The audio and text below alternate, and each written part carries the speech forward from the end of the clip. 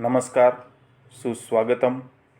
ધોરણ 11 કોમર્સ નામાના મૂળ તત્વો, ભાગ 1, પ્રકરણ 7, રોકડમેળ અને તેના પ્રકારો.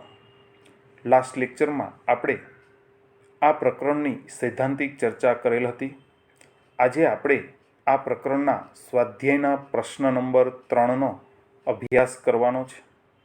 પ્રશ્ન નંબર 3ના આર્થિક વ્યવહારો પરથી રોકડમેળ કેવી રીતે તૈયાર કરાય તે આજે શીખવાનું છે. તો આપણી હંમેશની સૂચના મુજબ જ્યારે કોઈ પણ દાખલો ગણતા હોય તો તેની રકમ તમારી નજર સમક્ષ હોવી જોઈએ. સ્વાધ્યાયનો પ્રશ્ન નંબર 3 તમારી નજર સમક્ષ રાખજો, જેથી હું જે કાંઈ અહીં વ્યવહારો વાંચું અને તેની રોકડમેળમાં એન્ટ્રી કેવી રીતે કરવાની તે તમે સરળતાથી સમજી શકો. તો સૌ પ્રથમ આપણે સમગ્ર રકમ વાંચી લેશું અને ત્યારબાદ એક પછી એક રકમ જોઈ અને તેની એન્ટ્રી કરશું. સૌ પ્રથમ રોકડમેળ માટેનું શીર્ષક પ્રાપ્તિનો રોકડમેળ તૈયાર કરવાનો છે. પ્રશ્ન આ મુજબ છે: નીચેના વ્યવહારોની નોંધ પ્રાપ્તિના રોકડમેળમાં કરો. તો પ્રાપ્તિનો જૂન 2015નો રોકડમેળ. આ રીતે શીર્ષક કર્યા પછી રોકડમેળમાં બે બાજુ હોય છે. ડાબી બાજુ ઉધાર અને જમણી બાજુ જમા, અને બંને બાજુ સરખી કોલમ હોય છે. ડાબી બાજુ તારીખ, આય અથવા વિગત, એટલે કે અહીં રોકડની આવક અંગેના વ્યવહારો નોંધવાના છે. ત્યારબાદ પહોંચ નંબર હોય તો જ નોંધવાની છે. ખાતાવહી પાના નંબર જો હોય તો જ તે નંબર લખવાનો છે. ત્યારબાદ રોકડનું ખાનું, એટલે કે આ એક સાદો રોકડમેળ છે, એક જ ખાનું છે. તો આ ઉધાર બાજુ આ 5 કોલમ થશે. તેવી જ રીતે જમા બાજુ ફરીથી તારીખ, વ્યય, એટલે અહીં રોકડની જાવકના વ્યવહારોની વિગત નોંધવાની છે. ત્યારબાદ વાઉચર નંબર, ત્યારબાદ ખાતાવહી પાના નંબર અને અંતિમ કોલમ રોકડનું કોલમ. તો આ રીતે રોકડમેળ એક ખાનાવાળો અથવા સાદો રોકડમેળ આ રીતે તૈયાર થશે.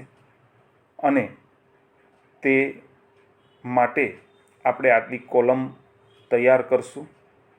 અને આ રીતે રોકડમેળ તૈયાર થઈ જાય, તમે તમારી બુકમાં આ રોકડમેળ તૈયાર કરી લ્યો, ત્યાર પછી તમામ એન્ટ્રી કરવાની રહેશે. તો જૂન 2015ની પહેલી તારીખનો વ્યવહાર છે શરૂઆતની રોકડ સિલક ₹10,000. હંમેશા દાખલાની શરૂઆતની બાકી કે સિલકથી જ થશે. અને આ શરૂઆતની સિલક છે તે ઉધાર બાજુ બાકી આગળ લાવ્યા તરીકે લખવાનો રિવાજ છે.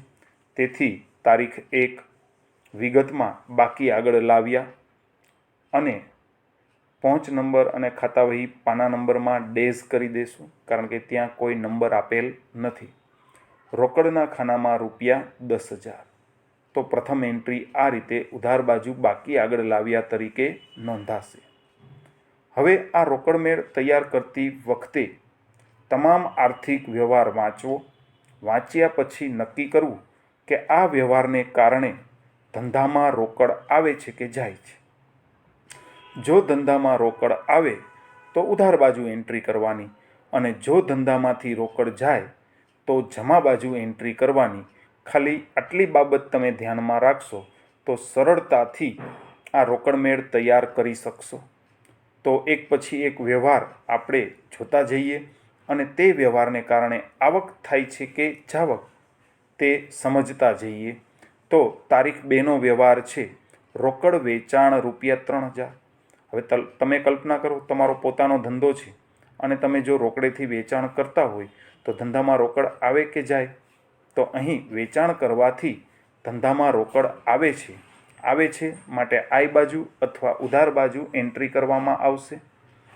તારીખ 2, વિગતમાં વેચાણ ખાતે પહોંચ નંબર અને ખાતાવહી પન્ના નંબરમાં ડેશ અને 3000નું રોકડ વેચાણ થયેલું છે, તેથી રોકડના ખાનામાં ₹3000 દર્શાવવામાં આવશે. ત્યાર પછીનો વ્યવહાર જોઈએ તો ધંધામાં વધુ નાણાંની જરૂર હોવાથી પ્રાપ્તિ ₹2000 રોકડા ધંધામાં લાવી. તો આ વ્યવહારના કારણે પણ ધંધામાં રોકડ આવે છે. બસ આ રીતે દરેક વ્યવહારના અંતે ધંધામાં રોકડ આવે છે કે જાય એ જ વિચારવાનું છે. તો અહીં તારીખ 3, ધંધામાં રોકડ આવે છે પણ મૂડી સ્વરૂપે આવે છે માટે વિગતમાં મૂડી ખાતે પહોંચ નંબર અને ખાતાવહી પાના નંબરમાં ડેશ અને 2000 રોકડા લાવે છે માટે રોકડના ખાનામાં ₹2000. તો આ રીતે નોંધાશે. ત્યારબાદ તારીખ 5નો વ્યવહાર છે રોકડ ખરીદી.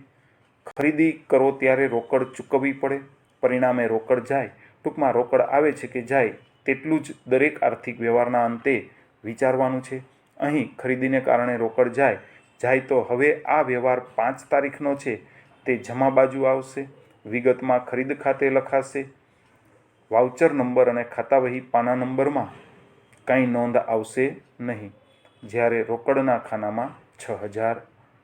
ત્યાર પછી તારીખ 7નો વ્યવહાર છે પગારના 1000 અને દલાલીના 1500 રોકડા ચૂકવવાને કારણે રોકડ જાય તો જમા બાજુ તારીખ 7, પગાર ખાતે રકમના ખાનામાં રૂપિયા આવશે 1000, જ્યારે દલાલી ખાતે કરીને આ જ તારીખમાં ₹1500 નોંધવામાં આવશે. ત્યાર પછી તારીખ 9નો આર્થિક વ્યવહાર છે, જેમાં એ રીતે લખેલ છે કે દ્રોણ પાસેથી ₹5000નો માલ રોકડેથી ખરીદ્યો. સ્પષ્ટ રીતે વાંચન કરવું. ઘણી વખત વ્યક્તિનું નામ આવે તો વિદ્યાર્થી એવું વિચારે કે આ ઉધાર વ્યવહાર છે. ઉધાર વ્યવહાર રોકડ મેળમાં નોંધવાનો હોતો નથી, પરંતુ અહીં વ્યક્તિનું નામ છે, પરંતુ સાથે સ્પષ્ટતા છે કે રોકડેથી ખરીદ્યો. જો દ્રોણ પાસેથી 5000નો માલ રોકડેથી ખરીદેલ હોય તો પૈસાની જાવક થાય અને રોકડને અસર થાય, તેથી રોકડ મેળમાં એન્ટ્રી આવશે. વ્યય બાજુ આવશે કારણ કે આ વ્યવહારથી રોકડ જાય છે. તો તારીખ 9, વિગતમાં ખરીદ ખાતે વાઉચર નંબર અને ખાતાવહી પાના નંબરમાં ડેશ અને અહીં ₹5000. ત્યારબાદ તારીખ 11નો વ્યવહાર જોઈએ તો માનસીને ₹6000નો માલ રોકડેથી વેચ્યો. અહીં પણ રોકડેથી વેચ્યો તેવી સ્પષ્ટતા છે, તેથી વેચાણથી માલ જાય પરંતુ રોકડની આવક થાય. રોકડની આવક થાય તો આઈ બાજુ તારીખ 11, વિગતમાં વેચાણ ખાતે. અહીં વ્યક્તિનું નામ નહીં આવે કારણ કે વ્યવહાર રોકડ છે. રોકડ વ્યવહારમાં વ્યક્તિનું ખાતું ઉદ્ભવતું નથી, ખાસ ધ્યાન રાખશું. ત્યારબાદ આ બંને ખાનામાં ડેશ અને રકમમાં 6000. ત્યાર પછી 19 તારીખનો વ્યવહાર છે નૈઋતિને ₹3000 ગયા મહિનામાં ખરીદેલ માલ પેટે ચૂકવી આપ્યા. અહીં આપણે નૈઋતિને પૈસા ચૂકવીએ છીએ. પૈસા જાય એટલે વ્યય બાજુ આ વ્યવહાર આપણે નોંધવાનો છે.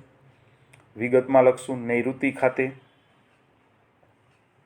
બંને ખાનામાં ડેશ અને ત્યારબાદ રોકડના ખાનામાં ₹3000 કારણ કે 3000 ચૂકવીએ છીએ.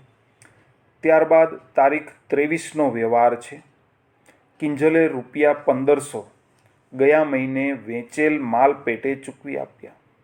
કિંજલે આપણને ચૂકવેલ છે એટલે કે આપણા માટે રોકડની આવક થાય છે. રોકડની આવક થાય તો આય અથવા ઉધાર બાજુ તારીખ 23, વિગતમાં કિંજલ ખાતે, બંને ખાનામાં ડેશ અને રોકડના ખાનામાં ₹1500. ત્યારબાદ 25 તારીખનો વ્યવહાર છે ₹600ની જૂની સાયકલ ધંધા માટે ખરીદી. સાયકલની ખરીદી કરો ત્યારે પૈસાની જાવક થાય એટલે કે આ વ્યવહાર વ્યય બાજુ આવશે. તારીખ 25, સાયકલ ખરીદેલ છે માટે સાયકલ ખાતે, બંને ખાનામાં ડેશ અને રકમમાં ₹600 કારણ કે 600ની સાયકલ ખરીદેલ છે.